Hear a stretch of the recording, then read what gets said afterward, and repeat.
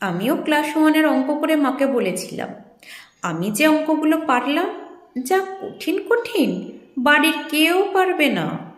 পরে মনে পড়ে নিজের মনেই হেসেছিলাম।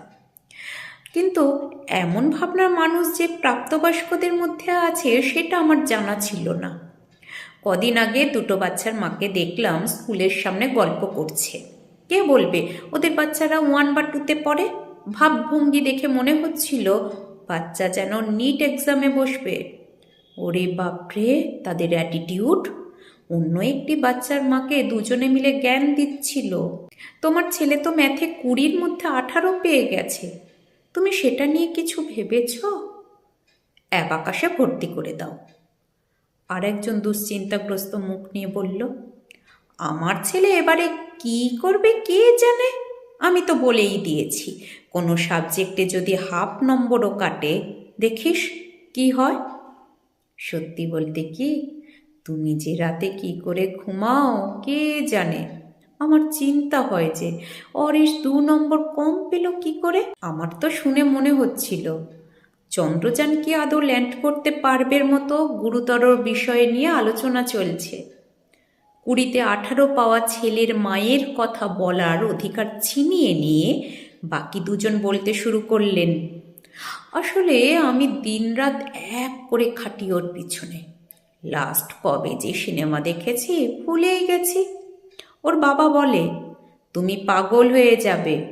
আমি বলি, হলে হব, তাই বলে রেজাল্টে কম মার্কস নিয়ে বাড়ি আসবে আমি সহ্য করতে পারবো না। এসব শুনতে শুনতে আমার অবস্থা যখন কাহিল, তখন ওই স্কুলের প্রিন্সিপাল আমায় ডেকে পাঠালেন। আমি তার রুমে ঢুকেই বললাম, হ্যাঁ রে, তোদের স্কুলে এমন বেধড়ক চাপ দিস কেন বাচ্চাদের? লজ্জা করে না? নিজে ইউনিভার্সিটির এক্সামের আগে মুভি দেখতে গিয়েছিলি হোস্টেলে ঢপ দিয়ে। ও একটু নিঃশ্বাস নিয়ে বলল, ওরে, আমরা চাপ দিই না, বিলিভ মি। কয়েকজন বাচ্চার মা এমন প্রেশার নিজেরাই নিয়ে নেয়, তারপর সেটা ক্লাসে ছড়িয়ে দেয় অন্যদের মধ্য দিয়ে। তারপর কাজের কথাবার্তা সেরে কফি খেয়ে বেরিয়ে দেখি তখনও ওই 18 পাওয়া বাচ্চার মায়ের বাঁচার অধিকার আছে কি নেই এই নিয়ে বিশাল মতো পার্থক্য চলছে। অপরাধী মাকে আর দেখতে পেলাম না ওই চত্বরে। এরাই বলে চলেছে, দেখো সবাই তো ছেলে লেখাপড়া নিয়ে সিরিয়াস নয়। অরিশের মাকে দেখলেই বোঝা যায় একেবারে সিরিয়াস নয়। দেখো না, গার্জেন মিটিং হয়ে গেলেই পালায় কোনো মতে।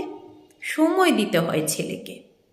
আরে, বাকিদের সঙ্গে আলোচনা করলে তবেই তো ছেলের ভুলগুলো ধরা পড়বে। আমি গাড়িতে উঠে পড়লাম। বুঝলাম এদের অফুরন্ত অবসর। মজার কথাটা এবার বলবো।